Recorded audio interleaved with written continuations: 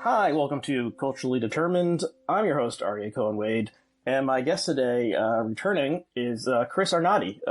Chris, thanks for coming back on. Could you introduce yourself to the viewers and listeners? Yeah, hi. First of all, thank you very much, and welcome from upstate New York. I'm I guess a photographer writer. I was a physicist, and then I became a banker. And then after 20 years of banking, I left that to document addiction and poverty across the United States. And I encapsulate my experience in a book called Dignity, Seeking Respect in Back Row America, which I actually have a copy of here. You can. Is it backwards? No, it's appearing the correct way to me. Rush out and by socially distancing and buy the book by socially distancing. It's a book about my 7 or 8 years amongst what I call back row America, which is people who lack credentials, high big resumes, high educational attainment, and are scattered throughout America. And so we had a conversation about that book when it came out about a year ago. And so we'll include a link to that if people want to check that out. I remember liking the book. It also includes, it's a full color book, including your photographs, portraits of the people you're talking to, and so the along with text and kind of a narrative. People should check it out whatever way they can right now. Probably not running out. Probably clicking something, and someone else will bring the book to them. For the foreseeable future. So I wanted to have you back on to kind of talk about the current crazy circumstances and also, how this might play out in the election. I want to talk to you in particular because you were prescient about Donald Trump and the appeal that he held to a certain group of people who are kind of the back row, or, they're unseen by the type of people who chatter about politics on TV or online. But first of all, first thing is, I actually was thinking about your methods in terms of this crisis, because you kind of travel around and it will, as you explain in the book, you'll go to a small town and go to McDonald's and see who's hanging around and start chatting with people. And, I don't know if you were planning, if those days are over for good, if you were planning on going out again, but that way of talking to people, it seems much, much harder now. So how are you thinking about that? And do you plan on resuming someday when hopefully the acute crisis has passed, or what? Yeah, I was literally planning a 3-month tour of the U.S. in my car to kind of do similar things, both give talks to smaller community colleges and libraries, as well as, I've been home for 2 years writing the book and selling the book. And so I was, on March 15th, my car was loaded to go on a 3-month circle of the United States. Oh, wow. And that got put on hold, obviously. And part of my project was, when you spend 7 or 8 years driving 400,000 miles around the United States, certain places stick in your mind. And part of my next project was to go back to those places that I felt like I didn't spend enough time in, that kind of just linger with me. And I want to see again. And I can't do that now, obviously. I'm very careful about this pandemic, given my age and my health. So I'm doing my best to I haven't left my house in 2 months, and that's frustrating. So everything I say has to be seen through the prism of what I did before, which is kind of intellectually frustrating for me. I don't really like to be on Twitter. I don't like to, even though I'm on it a lot now. I took literally almost 2 years off when I was writing the book. I don't like to be on Twitter. I don't like to think in this way, but it's all I can do right now. And I can kind of go through my old notes and kind of stitch together what I learned before and put it in context. And I think what I've tried to do is early on during this pandemic was highlight, I liken it, I use my old particle physics days. When you want to probe kind of the truth or reveal the inner truth of things, you slam shit together really at really fast energies with the particle accelerators. In some senses, this pandemic is doing that. It's revealing these things that are kind of underneath the surface structurally that we all knew, but they're being seen right now in very, very dramatic, stark terms. And that's kind of the inequality that exists in the United States and how people are having to react to the pandemic. The shelter in place, as I like to say, the place is doing a lot of work. The phrase of the place, some people don't have places, literally. Some people have 12 people sharing one bathroom. Some people don't have yards. And so sheltering in place is putting a lot of stress on different people. And, I call it the laundromat divide, some people, I'm up where I am. There's an uncomfortable number of second homes for people from Manhattan.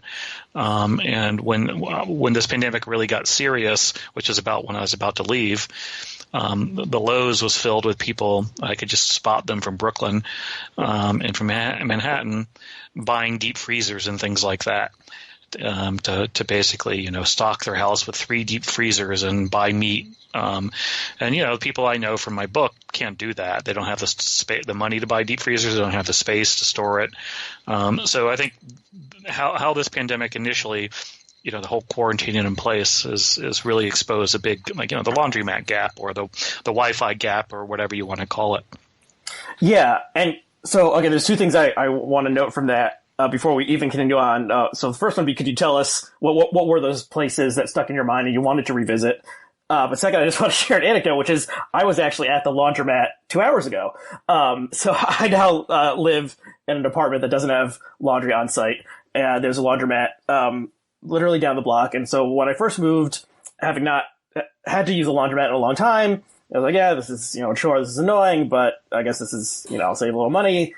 And then once it started, I decided I had enough money that I could send the laundry out through a service, and that's a lot more convenient. And a couple days, and so I walk past the laundromat all the time. And a couple days after the lockdown started, the laundromat obviously stays open as an essential service. There was a printed out notice stuck to the window of the laundromat that the guy who was kind of the manager or overseer had died. And he was an African-American guy, I would say 55 to 60. And it said he did not die of COVID. He died of a heart attack. Okay.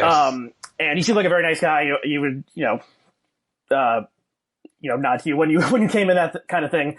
But I was thinking okay, so this guy, it's probably very stressful to have this job, when, when a pandemic is happening.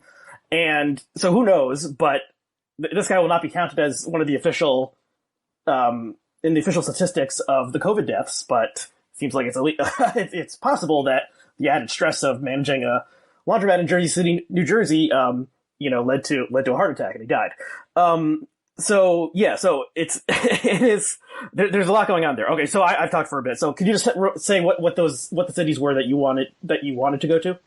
Yeah, two of them were one's called Kingdom City, Missouri, and it's not really a city as much as it's a massive truck stop, and it's between Kansas City and St. Louis, somewhere in the middle of Missouri, right off the interstate there. I think it's 40, Interstate 40 or 80, I forget which one it is,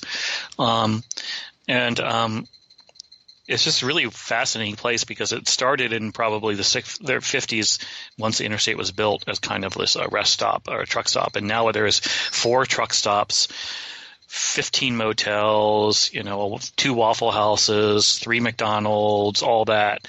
But I spent enough time there that there's this weird permanence about it, even though it's impermanent. I mean, the city hall the city hall of the Kingdom City actually has a city hall, and the city hall is one of those temporary trailers, that someone had been sitting there probably for 20 years now, that never got constructed in anything more than a temporary trailer. So it's just, when I've been there, I've always really resonated with me because people live there and kind of don't live there. It's a city built on transients, and so that kind of duality has really struck with me. How can a truck stop become basically someplace where people spend their lives or a good portion of their lives? The other one was I think I'll get the right name, Fort Dodge, Kansas, which is kind of relevant now. Because it's a meatpacking town, and it's it's another odd city because in many ways very depressed city because it's in Kansas, in the middle of the whatever that is, the Midwest, and very Kansas-y in culture. And then there's 30% of the population is Somalis or Mexican Americans who've come to work the meatpacking plant, and the city reeks. It smells, when it smells. Meatpacking towns do not smell good, so you have that, and then through some fluke, it's listed as the windiest city in the United States. Yeah. And so you got this smell, you got this cultural mashup of Kansans and coupled with Somalis and Mexican Americans, all who are similarly rednecky, and then you got the wind whipping through the town. And so it's a place I only spent 2 days in, but I've wanted to spend a lot more. I felt like I could have spent kind of 6 months in. Huh. And so those are the two that were going to be the first two to hit my list. And then there's a small town off of I-10 in West Texas, where I've taken lots of pictures of the graveyard. It's basically a bunch of mobile homes in the desert, around a. It's not far from the border. It's famous only because I guess it's the only border crossing in the area, and so Willie Nelson, for instance, was apprehended there for bringing in marijuana when he came from Mexico. So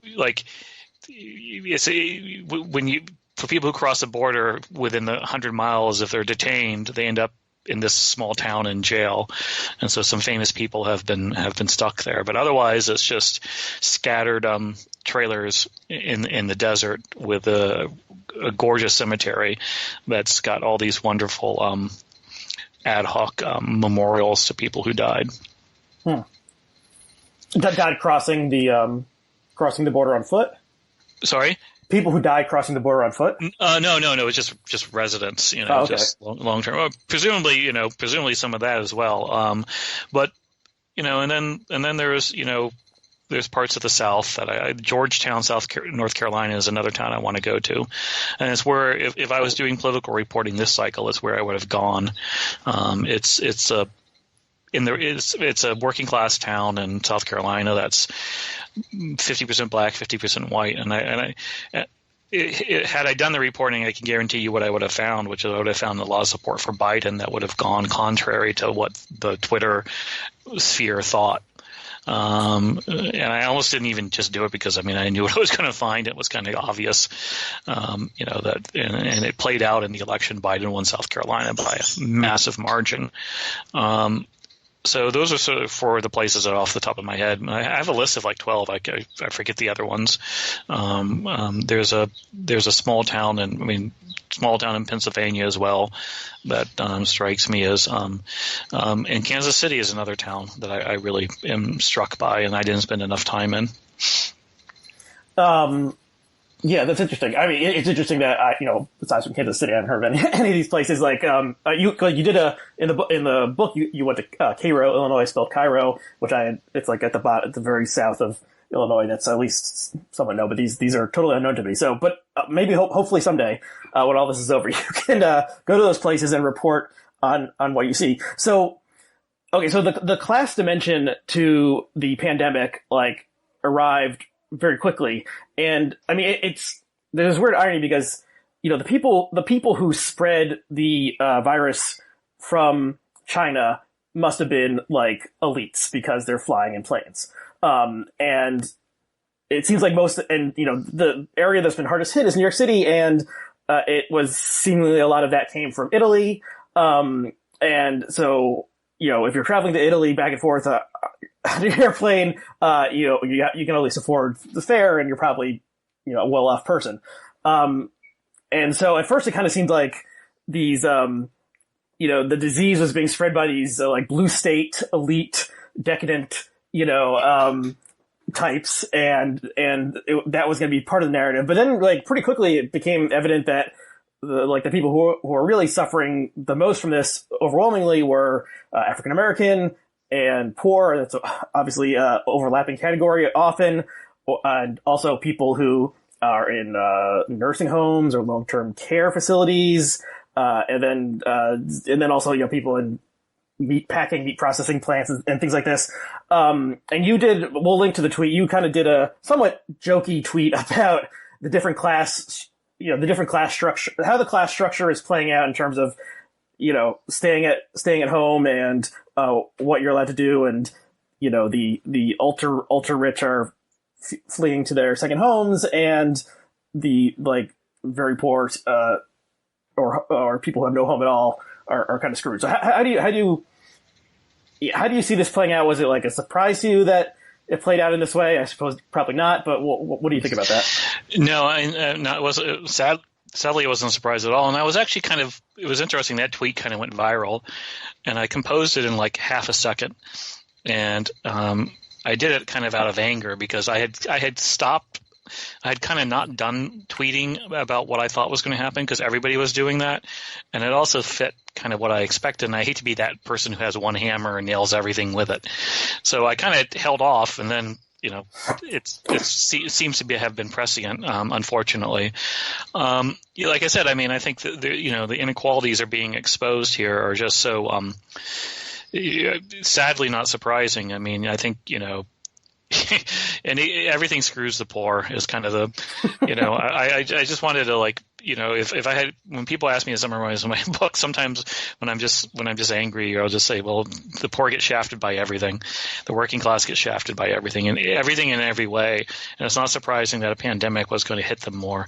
A lot of it's the social distancing thing, they can't socially distance. They're essential workers. There was this frustrating narrative.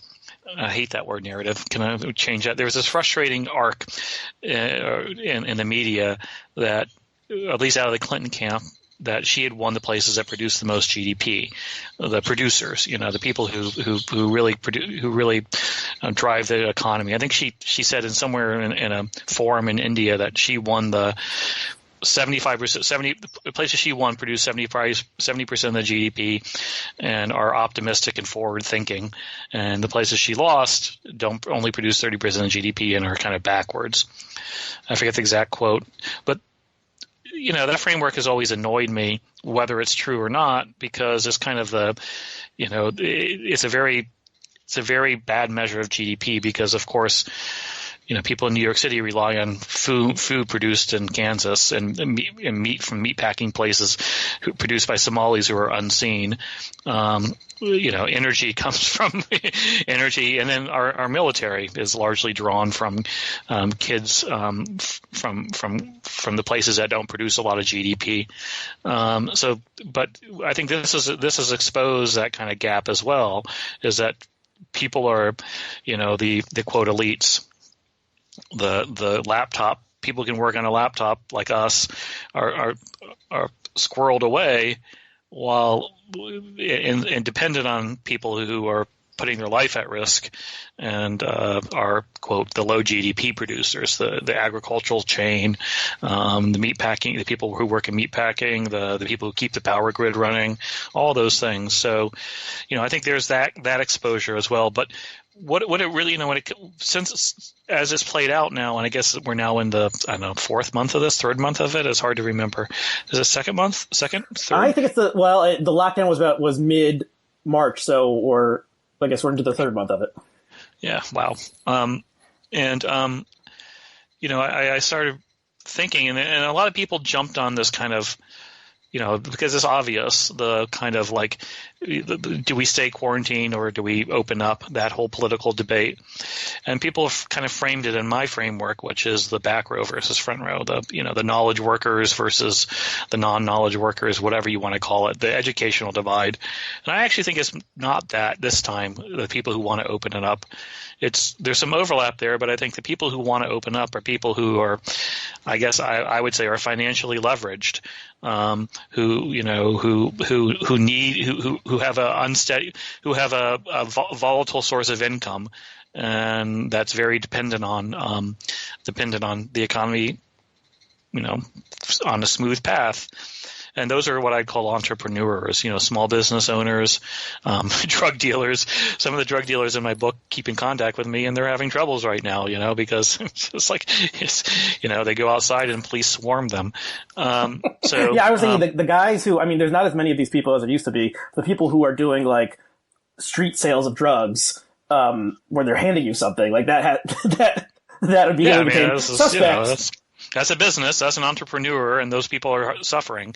And CEOs of companies who are also quote leveraged, and it cuts across class. The people who want to open up, and the people who want to stay closed are in steady incomes, fixed incomes.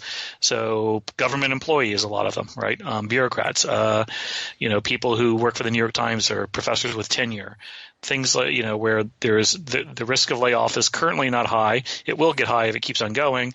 And also, some of the very poor who they may be very poor, but they have a steady source of income. It's not a lot of income, but it's steady. Social Security or disability. Those people are not impacted by the lockdown economically, and so consequently they're willing to stay quarantined. So I think who wants to open up versus who wants to stay closed is this weird coalition on both sides that isn't necessarily a natural coalition. And of course there's the political wedge people who come in and exploit the issue. The people carrying guns in Michigan at the State House who just mug for the TV cameras to co-opt the issue, and get a lot of noise. There's bad players trying to hype the open up camp, where I think there's less bad players trying to keep us closed. I think those people are just people who are probably a little bit more trusting of epidemiological models than I am.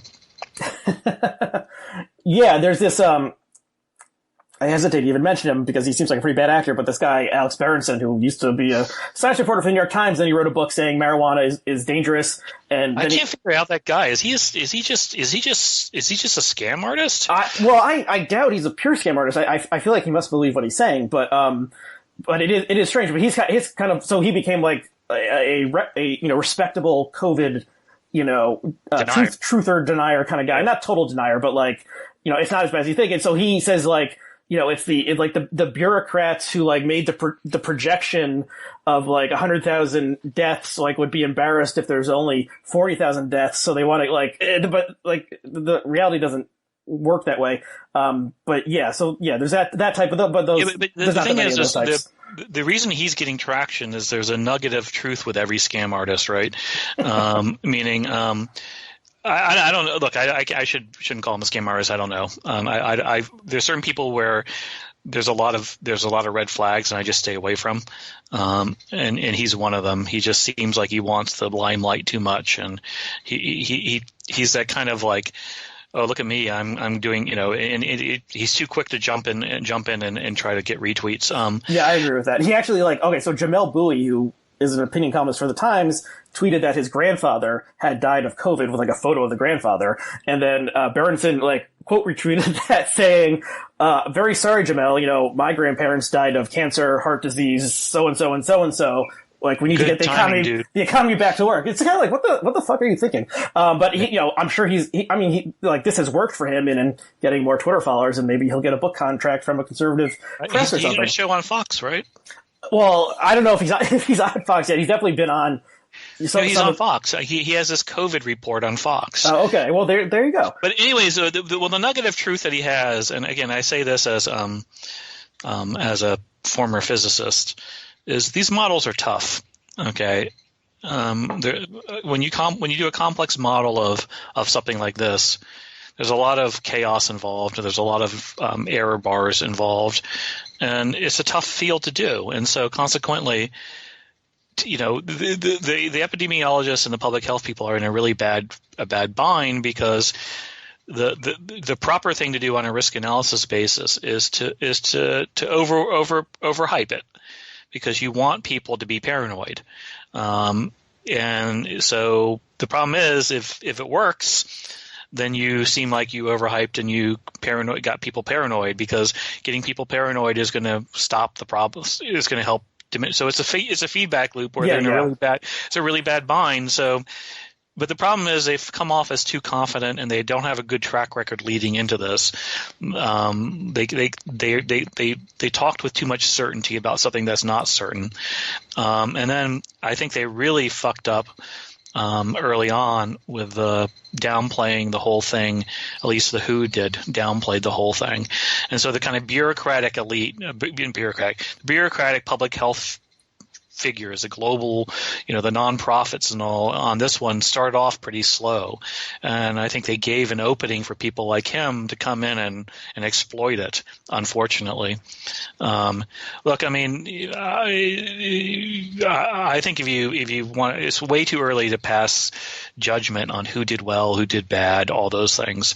And there's also too many variables involved, demographics, and also just luck, I mean, it's bad luck and good luck. And so, but I think it's hard to not look at de Blasio and say he really screwed up. I agree. More than anybody.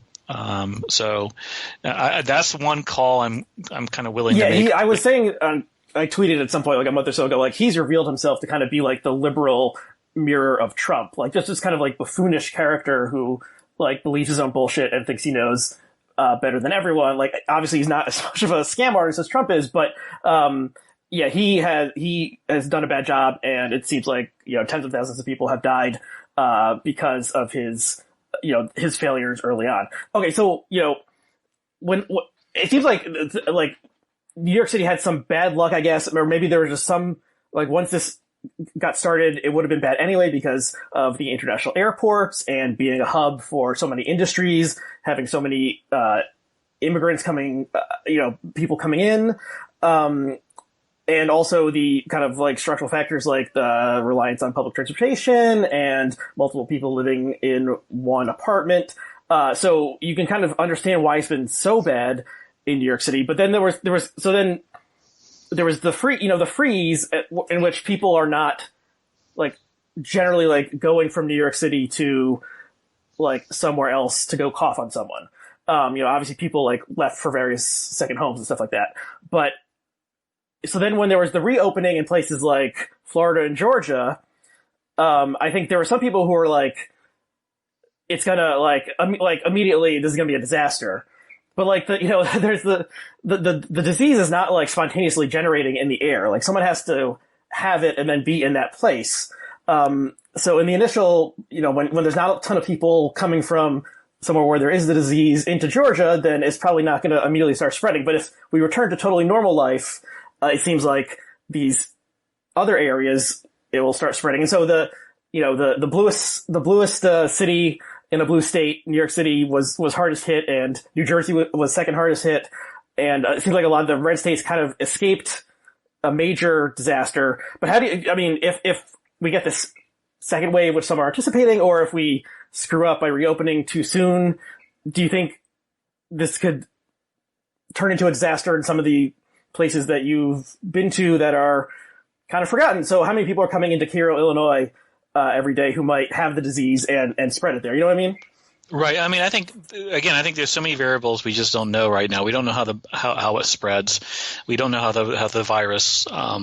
I think we're still getting a grip on how the virus responds to things like heat and temperature, or same things, or heat and sunshine, and how it spreads in air versus how it spreads inside.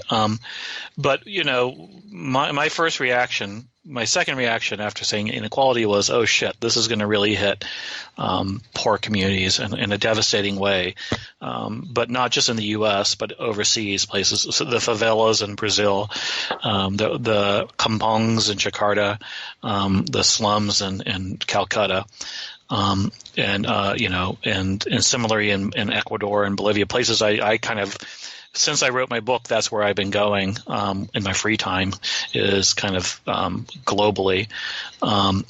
And to some degree it has, and some degree it hasn't. But the problem is we're not going to know fully because there's just not good measurements.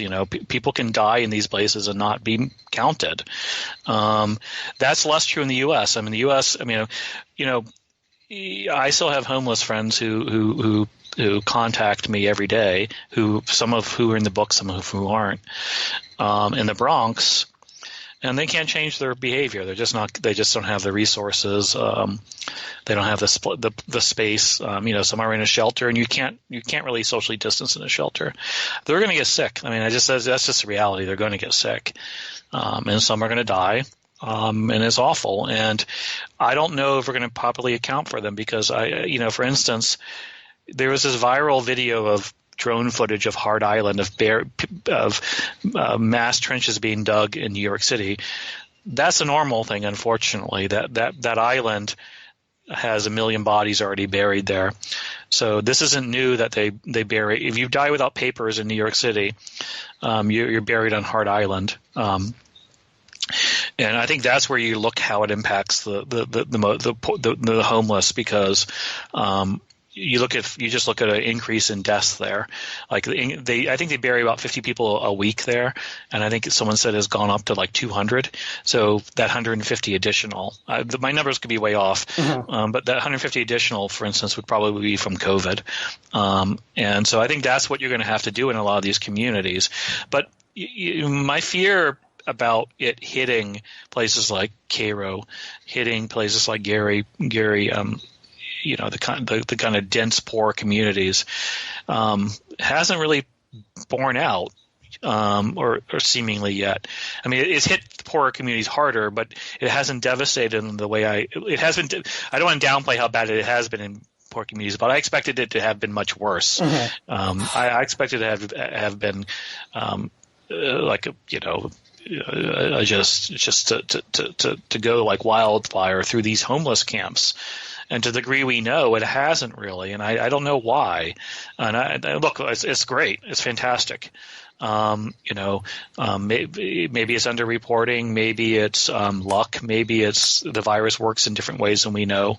But I expected Skid Row in LA to be completely, for 5% of people in Skid Row, LA to die. 100% of the people were going to get it, and 5% were going to die. And I don't think that's happened. So I'm very happy that hasn't happened. I think it's only been, kind of 0.5% or so, which is still awful. Only 0.5%. But my worry though is global, which is it is now seeming to spread in places like Ecuador. It is seemingly spreading in places like Indonesia. It seems to be bubbling in India, and I don't know if we'll ever know really how badly it hit these places until we do some detective work afterwards. But besides the awful moral risk and moral awfulness of that, there's the kind of boomerang effect. It comes back from Jakarta. It comes back from Ecuador. It comes back from, wherever. And so we don't really have an ability to sit comfortably until until we find a scientific solution to the problem. Yeah, that is a frightening thought that, we're so focused on what is happening in America for reasons that make sense that it could continue to fester in areas like Brazil or Indonesia or somewhere that where we continue to have lots of interchange with, and until there's kind of a global solution, then the threat remains. Okay, so let's talk about the politics of this. So you, as I think I mentioned before, you were someone who was prescient about the appeal of Donald J. Trump in 2015, 2016 in a way that many people, myself included, did not understand. So we've now had President Trump for 3.5 years, and so okay, let's rewind to before the virus, before the lockdown, before the economic catastrophe. How are you viewing Trump's chances, in January of this year? I thought he was going to win again. Right. I thought it was pretty close, but I thought the odds were in his favor. Not hugely. It's hard to predict this early. I kind of did this long tweet storm, 2 weeks before this hit. about this, saying that I think that ultimately he's probably the odds-on favorite for the 2020 election, but the Republicans are the odds-on favorite to be kind of in power for a while, 2024, 2028. And I said this as a warning, not as a not as cheerleader, because I think. I think that the Democrats. I liken Trump early on, from the very beginning, to Chavez in Venezuela, which is Chavez kept winning. Early on, he won legally. Later, in the end, he fixed things so he wouldn't. But the first 2 or 3 elections were legal, and he won despite the fact that everybody said he was awful, and he was uniformly discussed. But the people who all said he was awful were a small group of people who have a powerful voice. Caracas is if your listeners haven't been to Caracas. In Latin American countries, in places like Caracas, which is high up in the hills, it's a valley up in the hills. The poor live up in the heights, and the rich live down in the low altitudes. It's kind of inverse from the U.S., where the rich live up in the high hills. Uh-huh. So places like Quito and Bogota and all these and La Paz and Venezuela, all these and Caracas, all these traditionally Andean countries, the rich live in the valleys and the lowlands of the cities, in the valley of the city. So the rich in Caracas and the elites live in basically 2 neighborhoods, and they have a lot of power. And that's partially why Chavez came because Chavez literally went up into the mountains where the hills where the slums are, and campaigned there and got those people to vote for him against the elites. And the elites could never get their shit together once Chavez won. They just kept on thinking. They said this guy is a clown. They stomped their feet. They devised all sorts of the plans to get rid of him. They fought amongst themselves. They couldn't decide on who was the one to take down Chavez. They initially assumed he would just fall apart by himself, and they kept losing. And that's kind of what has been playing out here. Is Trump is viewed initially as a clown. He was dismissed as kind of unnecessary. He would fall apart. And then they tried all these extracurricular activities to take him down. The impeachment, it's like that joke. This will do him in now. Trump's done for, and then actually, oh darn.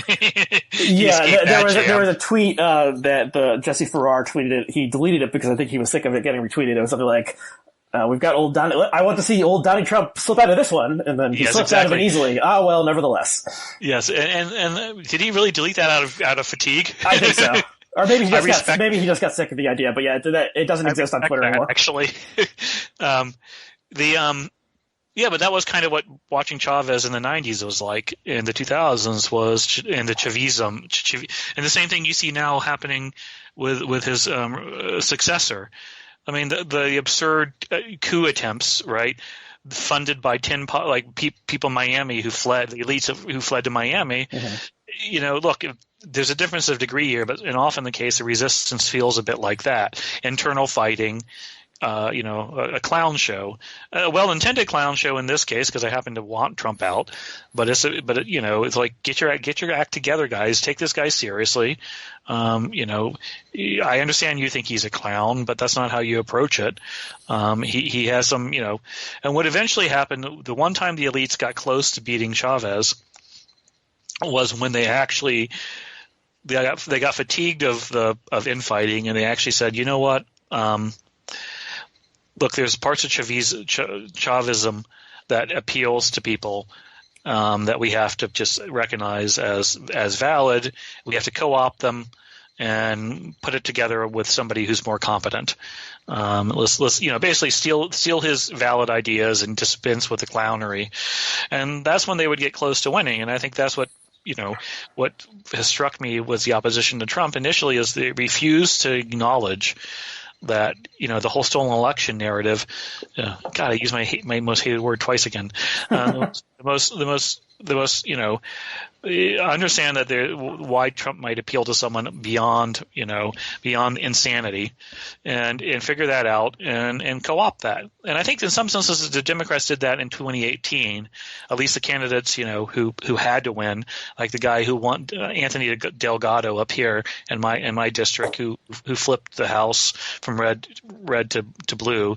I mean, he didn't rail against Russia. He just simply talked about issues that voters cared about. He acknowledged the parts of Trumpism that resonated with the white working class here in this district, and he won fairly pretty handedly. And I think that's kind of what worries me. The reason I predict Trump wins is not so much the power of Trump as it is as the incompetence of the opposition. Now this changes everything, though. I don't think Trump has done a good job here, by any metric. And I think if you argue that he's done a good job, I think you're deluded. But that doesn't mean. But then again, you see overreach from the opposition, where everything Trump does is wrong. Absolutely everything he says is profane. Actually, anything he does is just, you support blank to own Trump, the most absurd, if the opposition is that op-ed columnist at New York Times, at the opposition, the op-ed columnist at the Washington Post, what's her name? Jennifer Rubin? Rubin, yeah. Yeah, then you're going to lose. If the opposition is, more sane voices within the opposition, then you're going to win, or you have a better shot of winning. But yeah, I don't know how this pandemic operates. I think it's just too many wild cards right now to know.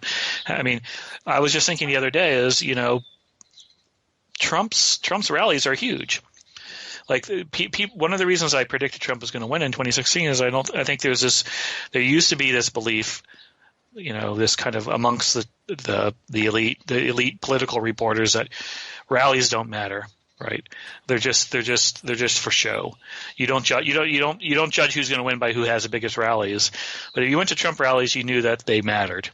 That there was a lot of energy there. It was about enthusiasm. It was about energizing. It was about, it was like a rock concert. People left it buzzed, and they were gonna, I call it the hangover test. If they woke up on November 4th hungover, they were gonna vote. If Hillary fans woke up on November 4th hungover, they weren't going to vote. It was whatever. And so him not being able to hold rallies is a big negative for him, I think. I'm only suspect of saying that definitively because Trump is the master of learning how to get free media. Like he'll figure out some kludge to replace the to fill the energy gap from the his Skype, his live things will be the most fun things ever. That's the thing I think people missed about the Trump rallies, and people are going to yell at me. It's not fun to go if you're LGBTQ. It is fun to go for everybody.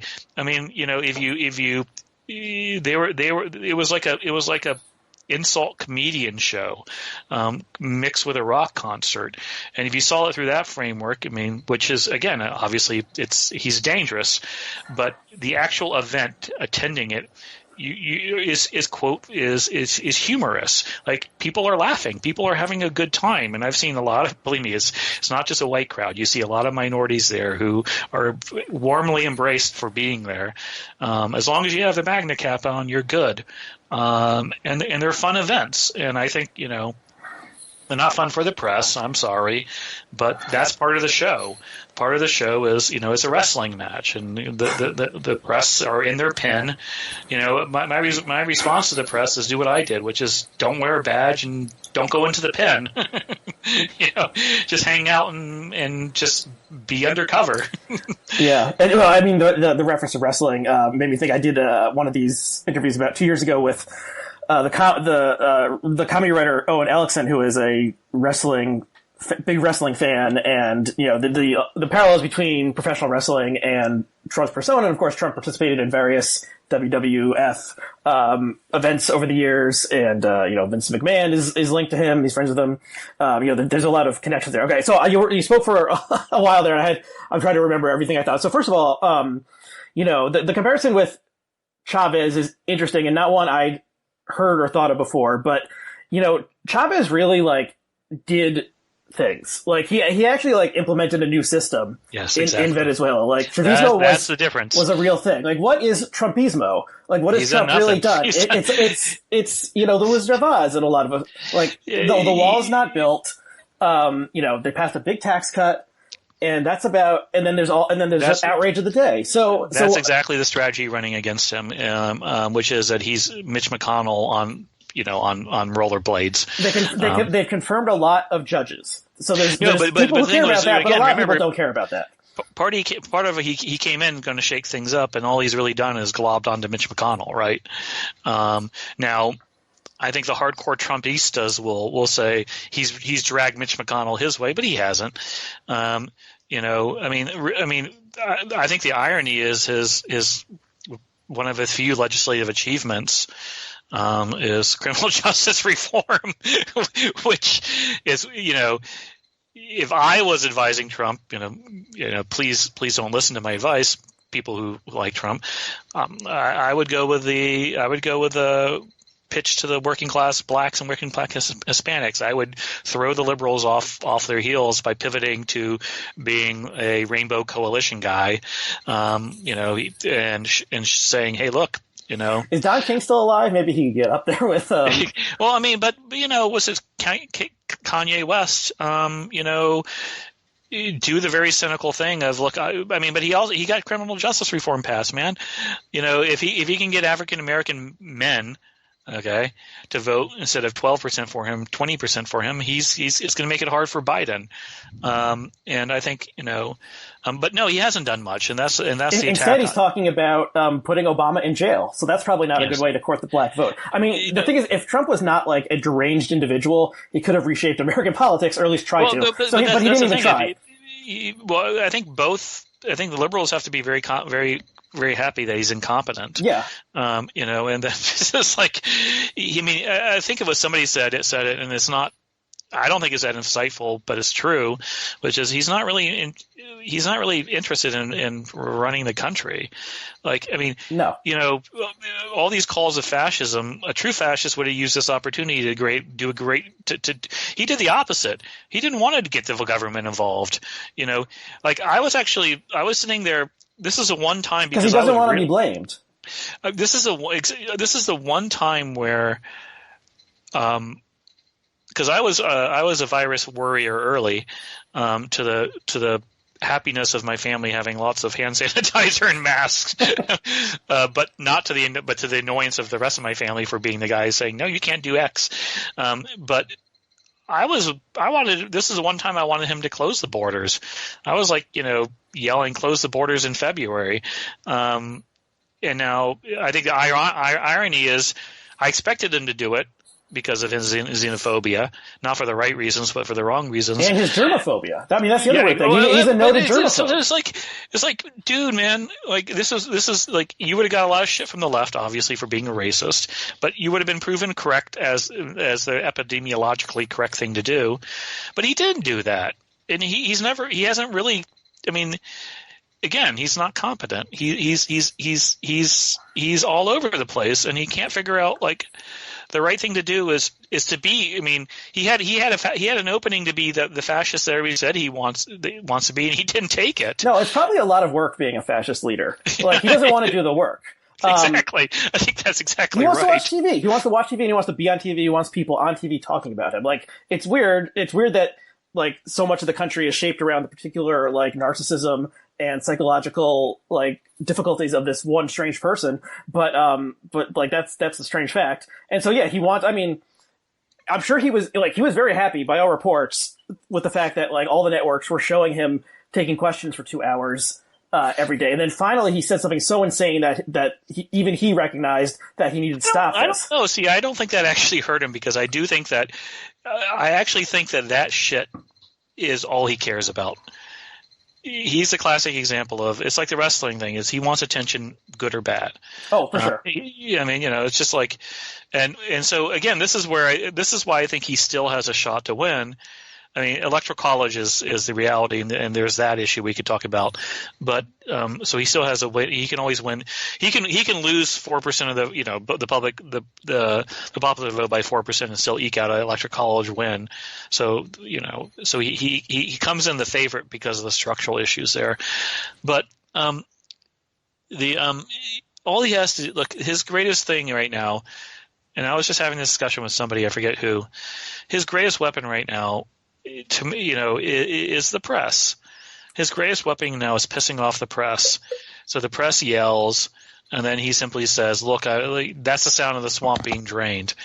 So people get confused about whether or not, I think the reality is a lot of people don't really pay attention to politics. That's just the reality. So they don't really know nothing's gotten done.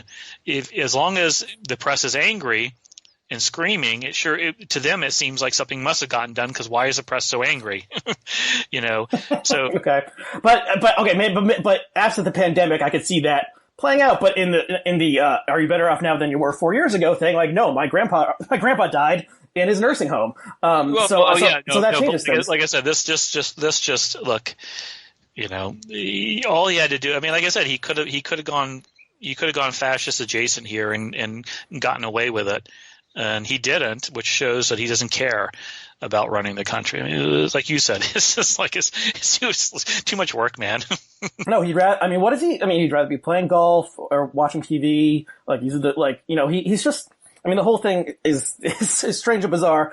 I personally think he ran for president in order to sell hats, and this kind of like got away from everyone. I think that's exactly right. I mean, he's look. I mean, his entire career has been marketing, right? Marketing shoddy goods. Marketing to what I call the back row. Marketing aspirational front row products to the back row. And look, I mean, I give him credit as a marketing guy because he figured out early. Now the Democrats have figured it out that there's no downside to run for president from a marketing standpoint. Like you free press, man. And so he's like, I don't think they expected to win. I don't think he ran to win. I think he was as surprised as everyone else. But I just want to say, I mean, one other factor is, obviously Joe Biden has lost a step or maybe 3 or 4 steps from where he was 4 years ago. But I think we notice this strongly because we haven't been paying attention to Joe Biden every day for the past 4 years. If you look at clips from 2015, 2016 of Trump, he is much sharper than he is now. There was a clip. Okay, this is random, but there was a clip. Really? There was a clip. Okay, so I was getting into a little debate on Twitter about whether or not Tom Cruise or whether or not Ted Cruz is smart. I said he is not smart. And then someone posted a clip from one of the debates. I'll take the opposite side. I'll take whoever you were debating side. Someone posted a clip from one of the 2015 presidential debates in which Cruz was attacking Donald Trump's New York City values. And he kept saying that phrase, New York City values. And then, and people were clapping. And once the applause died down, Donald Trump says, there's a lot of people who vote Republican who live in Manhattan. William F. Buckley was from Manhattan. Can you imagine Trump pulling that out today, that William F. Buckley was from Manhattan? Like, does he even remember who William F. Buckley is? He just like had it ready. He was ready to go with it. So the Trump of 2015, 2016, who pulled off this incredible upset over Hillary Clinton, is not the same Trump. Like, he's been put through a lot of stress, and he's 4 years older. He's 73 years old. Like, and he is not what he once was. So it's more with these two doddering grandpas who are competing for the presidency right now, unfortunately. And I predict the Democratic doddering grandpa will win, and then it's going to be a weird kind of Woodrow Wilson after the stroke situation in the White House of who actually is calling the shots. Or I don't know if you're old enough to remember the second term of Ronald Reagan when he wasn't clearly there. A little too young. I mean, everybody knew he wasn't. Especially the last 2 years, he wasn't cogent. I mean, I guess who was the president then? Basically, what's his name? I forget his name. His chief of staff. Who was the chief of staff? The one who said, "I'm in charge here." Is it Meese? Meese. Ed Meese. Yeah, no. Al Haig was he was in charge here, and of course he wasn't in charge here. Right, and that was after Reagan was shot. He said that. So yeah, that was after Reagan was shot. I can remember exactly where I was when Al Haig said that.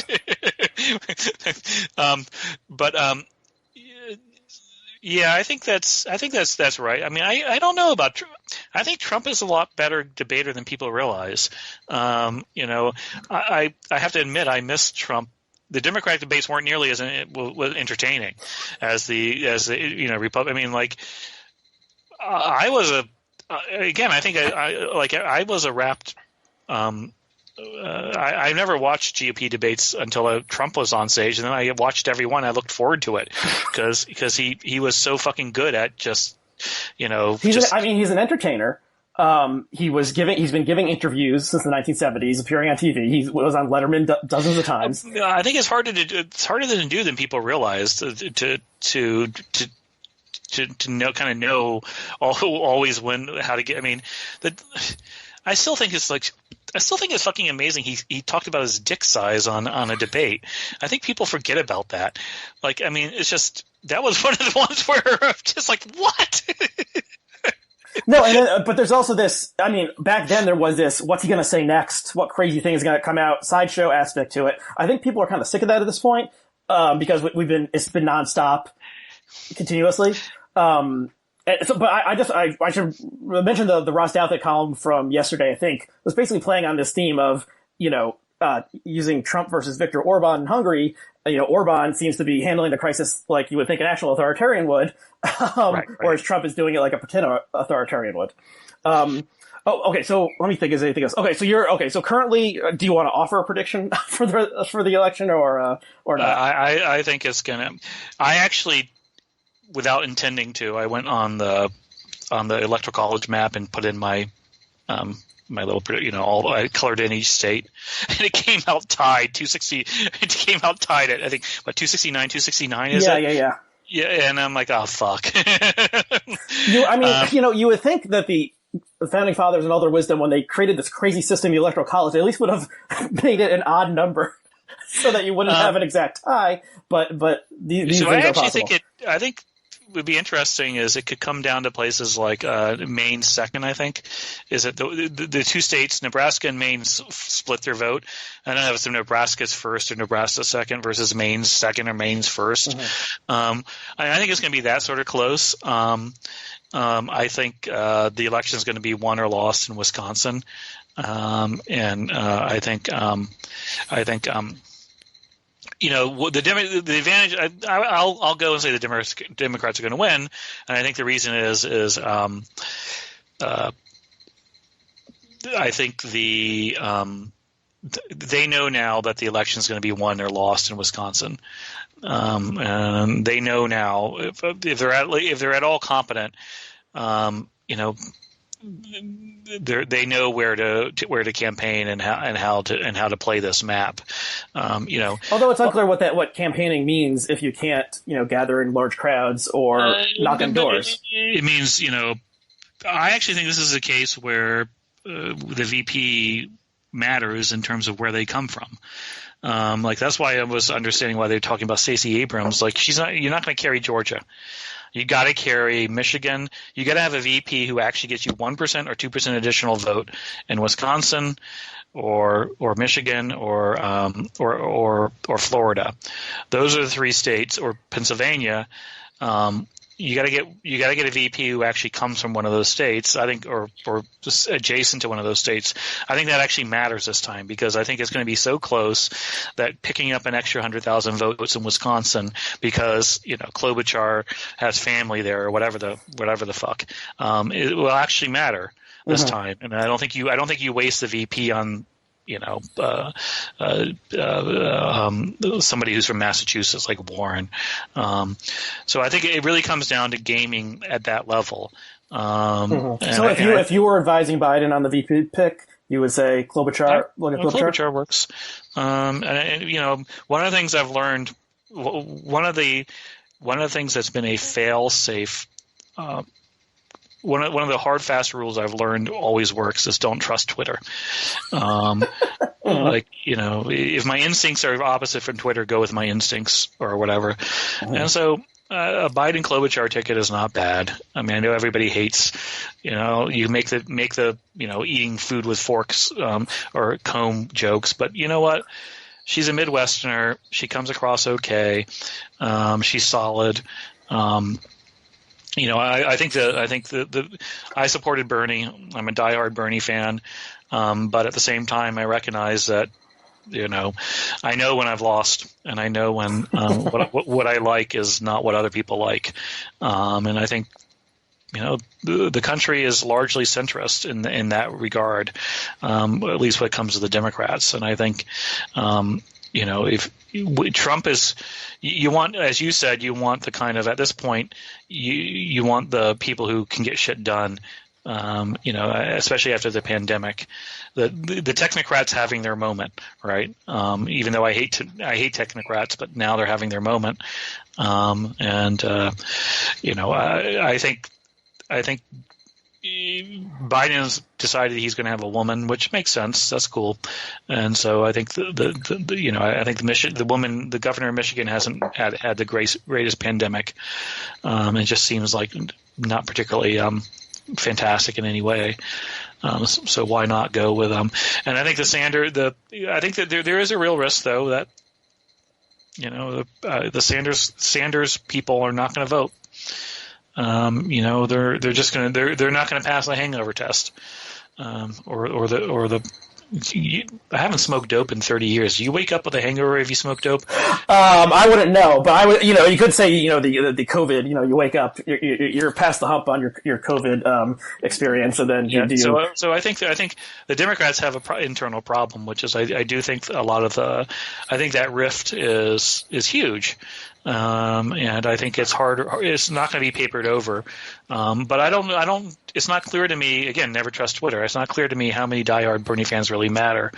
I think that. I mean, people who really care about politics are strange. They're outliers. It's exactly. Like 5 to 10% of the population. So the people who are like angrily saying like, I am not voting for that warmonger talking about Joe Biden, or that rapist or that racist, like. Most people, especially now, like they're just trying to get through the day. They're not like participating in these things. They're pretty checked out. So I do think that type of person is a strange person, and they dominate the conversation because that's who that's who is on Twitter. That's who the media pays attention to. The media draws from that type of person. I just want to say I disagree with you in that I thought in January that whoever the Democrats nominated.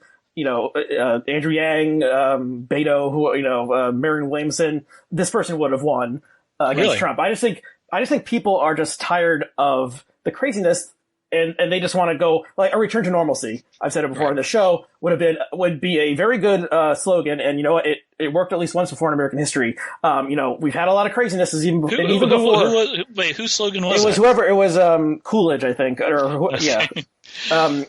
And he won in 1920. Whoever won in 1920, Coolidge or the other one for the 1920s.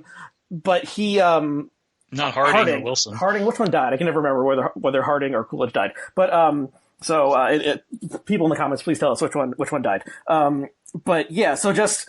What? Okay, so what is it? I mean, Trump won with 46% of the vote in this weird, double bank shot kind of thing. What is the Trump base? Like, the Trump base is not 46%. The Trump base is like 37%. If you look at anytime there's a poll where they ask people something about Trump's character and it's obviously wrong, like is Trump a steady hand during times of crisis? Like 37% say yes. So those are the true believers who are with him till the end. But there's people in the middle, even if they're like conservative people, and maybe like they're kind of sick of this shit too, and just want to not pay attention to national politics, not have to worry about the president doing something insane every day. Just sick of the shit, and like let's just go back to normal. So with coronavirus, it seems like maybe we're not going to go back to normal anytime soon. But I just think like let's just get the adults back in the room. Politics will be boring again. Let's go with boring grandpa, not crazy grandpa, and then that'll be that. So I think it's gonna be like a landslide or a near landslide for Biden, and I don't think it's gonna come down to, the Nebraska one or whatever. I think it's gonna be like, like Trump is gonna get like 42 or 43% of the vote, and unless there's some, like Jill Stein got like 1 or 2% last time, and other people managed to add up to 6 or 7%. Like those types are not going to get as much this time, and so I think Biden is going to get over 50%, and he's going to take it. But then it's just going to be like, but it's not going to be this great. It's going to be good to get Trump out of office, but nothing is going to get done because the stalemate is going to continue. They're not going to eliminate the filibuster. Mitch McConnell will, in all likelihood, still be there. Maybe the Democrats will take the Senate. I have no idea, but like, the system is set up for things not to happen, and that will continue. Even once we have sane people back in office. Will that Supreme Court judge who everybody loves finally retire if Trump loses? I mean, I'm sure if Trump loses, Ginsburg is out of here. Like, unless, I don't know. She's like 84 or something, so she might just be out of here because of the natural processes of the world. She had her opportunity when Obama was president to get true. out of there. But I guess my response to that is, like, I don't disagree entirely. Like, that could be true. But Trump won last time because he got people who voted for Obama twice to vote for Trump. Like you said, he played the triple. I mean, it's almost like a quadruple bank shot. He got people to switch sides. Okay. He got the white working class, my white back row, to turn out 3% more than expected. Not a lot, but 3%, that's a lot. And then he got the black working class to not vote 3%, to drop in participation 3%. Or Hillary got them to, whatever you want to say. Mm-hmm. So those three things all took place in exactly the right places. In these these 147 counties scattered throughout the Rust Belt, that just gave him the, I think he won what? He won each of the states by like 60,000 or something absurdly small. I think it's like 80 or 100,000 total vote switches in various places would have right. flipped the election.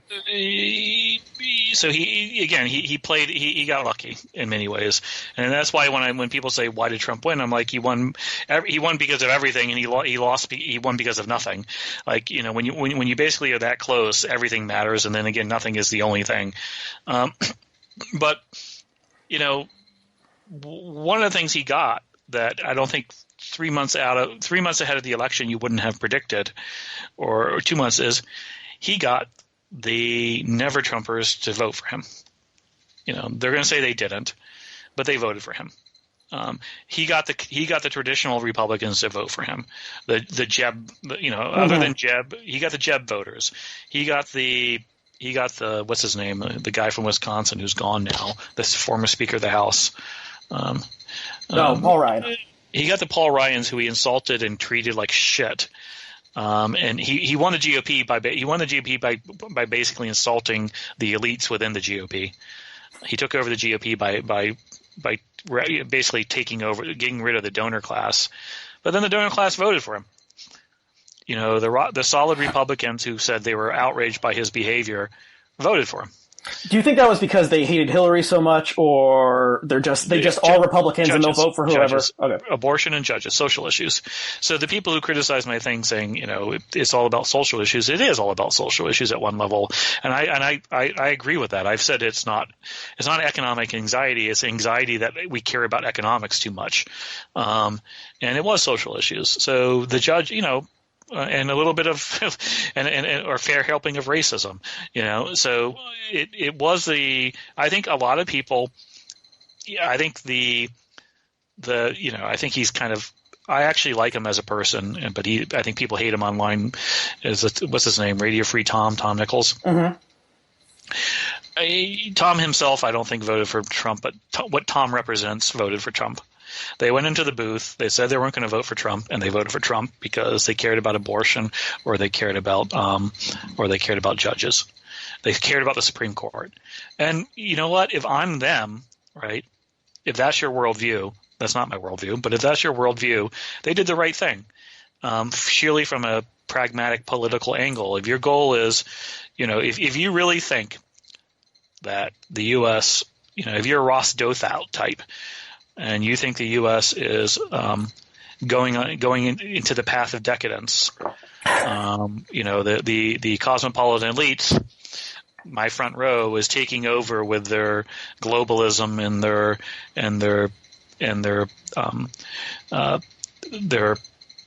social issues that relativism. and atomizing individuality and celebrating deviance, then you vote for Trump because he's going to give you the Supreme Court judges. Trump made I don't think it was tactical. I think out of laziness. Early on in his campaign, he handed off the judicial thing to the elite Republicans. He criticized all the Republicans in traditional ways, right? He criticized the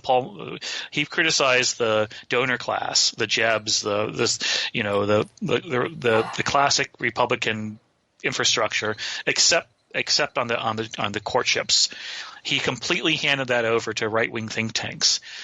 I think out of laziness, right? Well, yeah, I mean, he doesn't know, it's not like he knew who any of those people were, been following their careers. I mean, the judges thing is, you can say that's the judges, the Supreme Court and the rest of the federal court judges who he has nominated and the Senate has confirmed are the longest lasting legacy, I think. You know, whatever is built of the wall, Mexican wall can be dismantled, but those judges are there for life. But Trump, I mean, doesn't know who those people are, doesn't particularly care. He probably looks at photos of them and decides whether or not they look like a judge or not. I honestly think it's probably something like that. You know, he's not reading briefs, but he's smart enough to figure out that there's a group of people who really care about this. But, you know, it's not like, so if Marco Rubio had become president, it probably would have been the same slate of people being appointed as judges. But it's not like there's an alternate bench of like Trumpist potential nominees. Like they have to be like, you know, lawyers. They have to have gone to law school and be lower court judges or be prominent in some way. Like it's just the Federalist Society people. Like that's just the list and they get everything they want. Yeah, exactly. I mean, I think the social conservatives and the GOP who held their nose because of his screwing a porn star when he's married thing.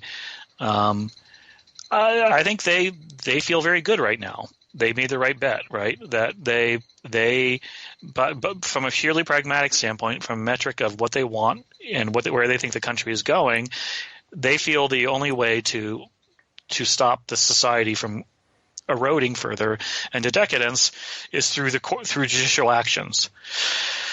And so they somehow, I think it's because of laziness. Trump gave them what they wanted. And so I think those people still vote for him.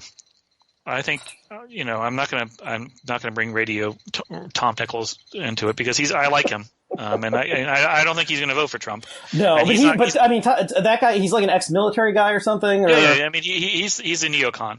Right. So I just want to say, I want to speak up briefly for Douthat. I am almost positive Douthat did not vote for Trump. He seems to personally loathe Trump. He's a very good analyst of Trump. He seems to understand his appeal in ways that no one else in the New York Times op-ed does. Maybe he's a bad example, but a type of person who's like not an intellectual, who like a committed Catholic voter might have just held their nose.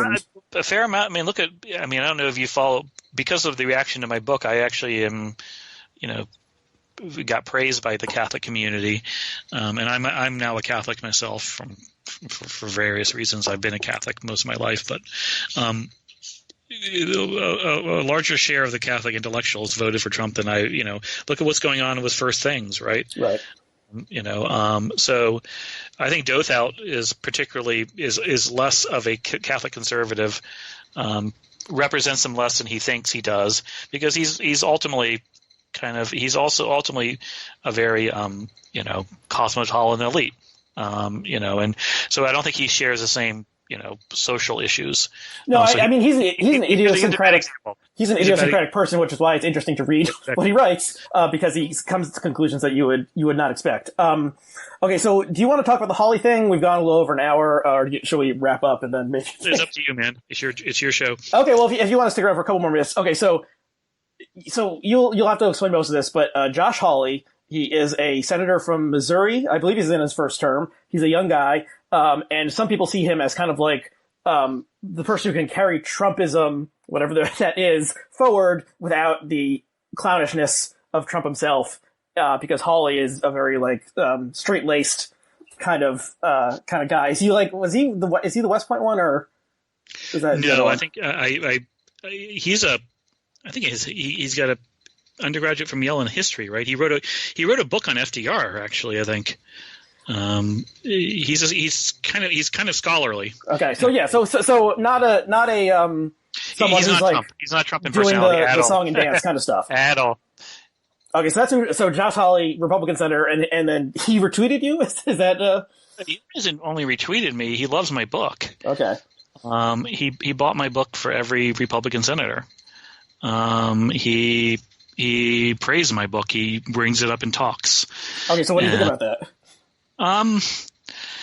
I'm flattered, I guess, but at the same time, I wish, I got private praise from a lot of people in the Bernie camp for my book, but nobody's retweeted me, or nobody's talked about it, or nobody's built legislation based on it, or at least built bills on it. I mean, Matt Stoller is a lot more focused on the policy than I am, and Matt believes that Hawley is genuinely cares about the issues he says he cares about, that he's anti-monopoly. He's talking about, one of the things he did, was a law to attack aggressive landlords, and that came out of his work with people in Kansas City in the black community who were predatory landlords. So he together with some black leaders in Kansas City, he introduced legislation co-authored with some Democrat to basically a landlord abuse bill. He was been aggressive on the getting people cash during this crisis. He's attacked Facebook and Google as anti-monopolistic. He's done he's doing a anti-monopolistic look at the meatpacking industry based on some of the stories out of COVID. So, people who, when I say that, people say, well, that's all talk, no action. But I guess my response is always, I'll talk to anybody. Okay. If anybody's going to promote my book, I'll talk to them. Not just from. I mean, you're here right now, so that's evidence enough that you'll talk to anyone. Self-promotion, but also, I come from a generation where I actually believe you can change people's minds at some level, and I also think that one of the things I keep telling people is that what I saw with Carter and Clinton, the rise of Carter and Clinton, was when they started. They basically broke with their party. In their cases, they broke right from the Democratic Party. They brought the Democratic Party to the center, and you can get a lot more bang for your buck converting somebody on the opposite side than you can preaching to the choir, right? What good is it for me to tell Bernie Sanders what he already knows, right? And whereas I think it's more effective to tell Josh Hawley, if Josh Hawley is sincere, which, look, hey man, I don't know, I'm going to have to take my hope that he is sincere. He's sincere, at least the bills I see him putting out there are sincere in terms of addressing the working class. If some of the Republicans, and there's something going on in the Republican Party, which is, I think the left is wrong to completely dismiss it as cynicism. There's a shift. Trump started a shift left on economic issues. Forget about the social issues right now. He started a leftward shift, breaking with what's his name, the Wisconsin crew, the small government, no tax, pro-business wing, the libertarian wing of the Republican, the donor class. Trump got elected partially by going left on economics. Yeah, for sure. People like Hawley and people like, to some degree, Rubio, but Rubio's not smart enough as Hawley. And to some degree, Cotton have recognized, wow, there's something here. We're supposed to be the party of the working class, the working man, and our economic policy is not towards the working man. So I think there's a genuine shift there going on, whether or not – look, Hawley is literally the 100th ranking senator, and he's not liked within his party. The other Republican senators don't seem to like him because he's questioning the economic orthodoxy of GOP. Look, I don't get in politics, meaning I'm naive also. So if he's just a shallow showman who's putting up bills to be that he doesn't hope that actually get passed solely to buy off votes, I don't know what to say. I mean, then that's what he is. But my reaction is when I look at his legislation, to the degree I look at least what he's proposing, there's a lot more there that Democrats should be happy with, and people on the left. Now, again, I'm trusting Matt Stoller to some degree here, who follows this, who spent 10 years working on Capitol Hill, to say that this guy has serious chops here. This isn't just for show. And again, that's what I see. Would I prefer Bernie Sanders to retweet myself? Hell yeah. Why he hasn't, again, I can't really say. But at the same, again, there's this. I'll go back to the thing is I really do think it's more valuable to convert the opposite side than it is preaching to the choir. I don't really know what good my book's going to do Bernie Sanders, to be honest. So much of what I say he says, with the exception of a few issues on faith. But other than that, I suspect he wouldn't have any problems with my book and would like it. But I'm not sure it's at all effective to people on the left because they already know this stuff, And so that's kind of how I'll justify it. If I'm burned and I got retweeted by somebody who's cynically retweeting me, where it got ugly was. I defended an attack on him, not because they were attacking on him, but it was an attack on him that I find disingenuous and is used to attack anybody who questions kind of orthodoxy, which is the people at Vox. The standard attack on him is like, because he retweeted an article of mine that would basically made fun of the resume class, and a lot of people pointed out, well, sir, Mr. Hawley, you went to Yale. I actually just looked it up. He Stanford undergrad, Yale Law School. And my response to that is, look, attack his record, okay, but don't attack his biography, because this is a tactic the elites have used countless times to never listen to a working class. They won't give a working class person a platform because they don't have the resume, right? So you're not going to find somebody who is a populist who hasn't gone to Yale, who hasn't gone to Stanford or hasn't gone to Cornell, being able to have a platform to advance his or her his issues. They're not educated. They don't know the language. They don't know how to navigate the system. The only people who are allowed to have a platforms to have views are the elites. And when you're an elite who questions the elites, then you're a hypocrite. Mm-hmm. So that's what I pushed back on when I was like, don't. That's just, to me, that's just a cheap shot that is unfair, and isn't relevant. I don't care if FDR. The classic example is FDR was an elite, right? I mean, so was he a hypocrite? Was he, for helping the working class? I'm cynical enough. I don't hold out hope of any politicians doing much of anything in my life. So, I don't think. I don't. But if Hawley can change the GOP to be less libertarian, because I think the libertarians economically have done the most damage to our country. Everybody. One of the uncomfortable lessons from my project was it's the quadrants. Everybody on Wall Street and everybody in the donor class says the same thing: economically, fiscally conservative, socially liberal. What's that? That's the bottom right quadrant, right? I never remember. There's a funny tweet about that one also. That's like, I like stuff like the things that like I hate what's happening, but like the reasons it's happening, I love that. but the people I met in aggregate, the working class is actually economically liberal, socially conservative, right? Which is the most underrepresented in elite. And I think Hawley recognizes that. I mean, at a pragmatic level, I think the problem with it. I think the problem with my concern for the Democratic Party going forward is the Republicans, the opportunists, you want to call them opportunists, cynical, whatever, they recognize that, and it's easy for them to move left economically.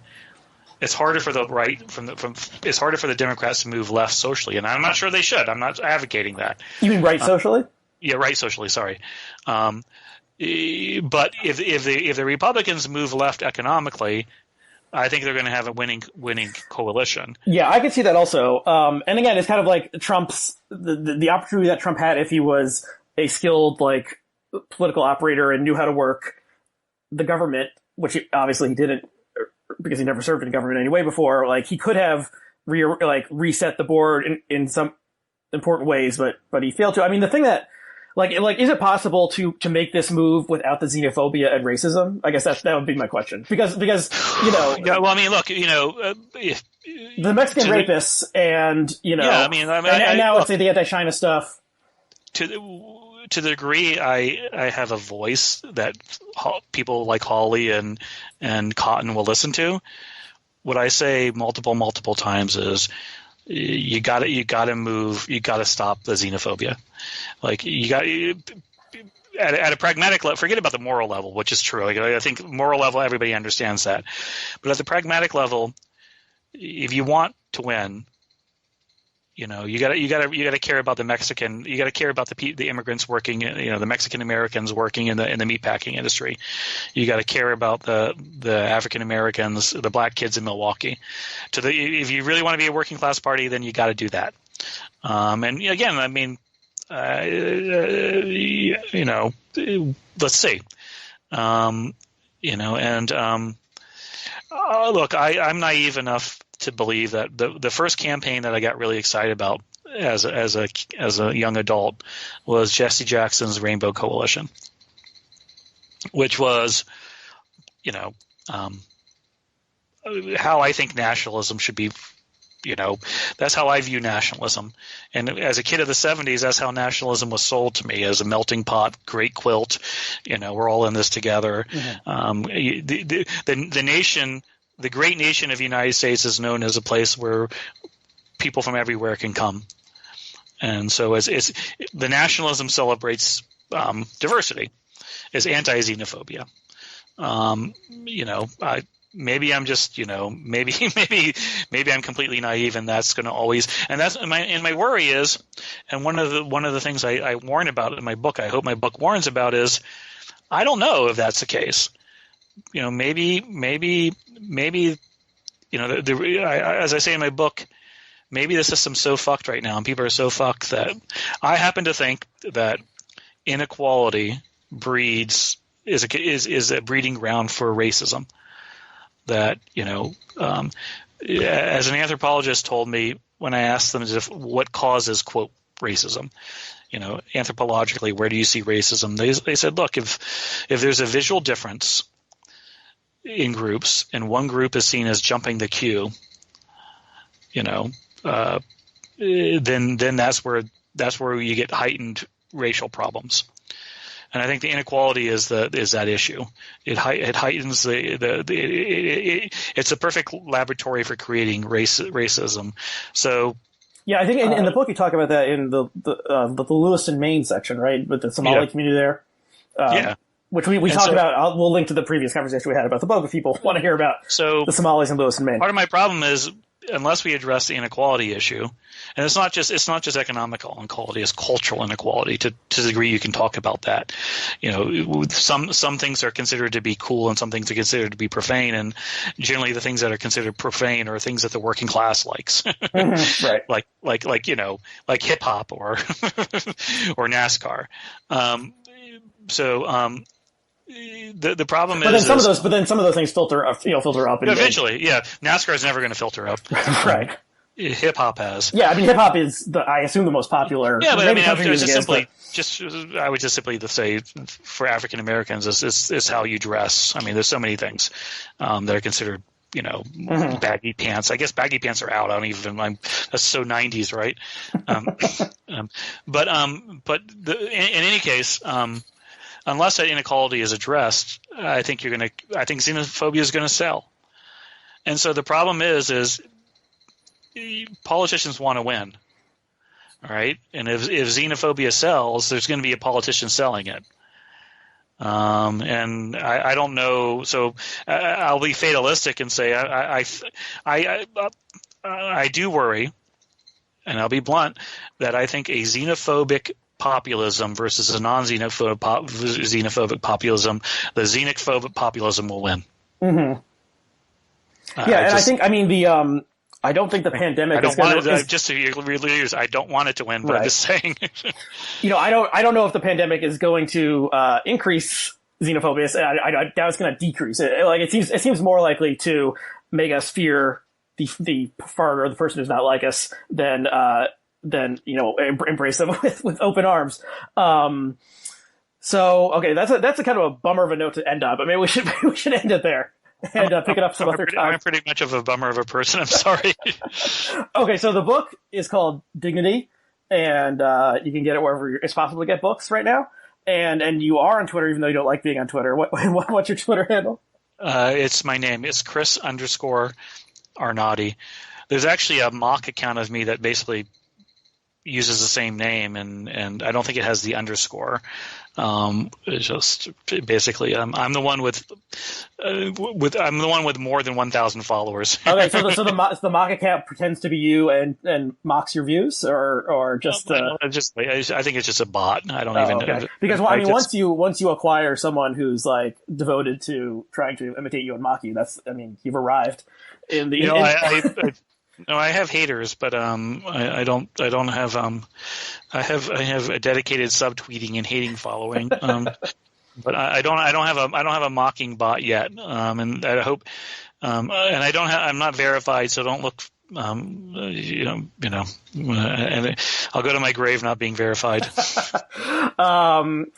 funny. There does seem to have been a shift, and maybe this is part of the general populist, populist, anti-technocratic, anti-elite thing. It's like now people really hate the blue checks, whereas before it was like, oh, blue check, that's cool, and now people are like, blue check, fuck you, get out of here. And they treat the blue check as like a coherent class that has like its own interests that they're protecting, which I'm not quite sure is true.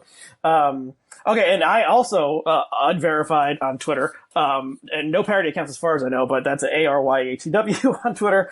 Okay, so thank you for this very interesting discussion, Chris. And thank you for the time, and be safe as always. And if you ever want to do it again, I have nothing to do for 6 weeks. Yes, I would be happy to have you on again. Always interesting. Maybe once we get a little further on into the election cycle and we see how things are shaping up, we can have you back on again. I look forward to it. Okay, so thank you to our viewers and listeners, and we'll see you again next time.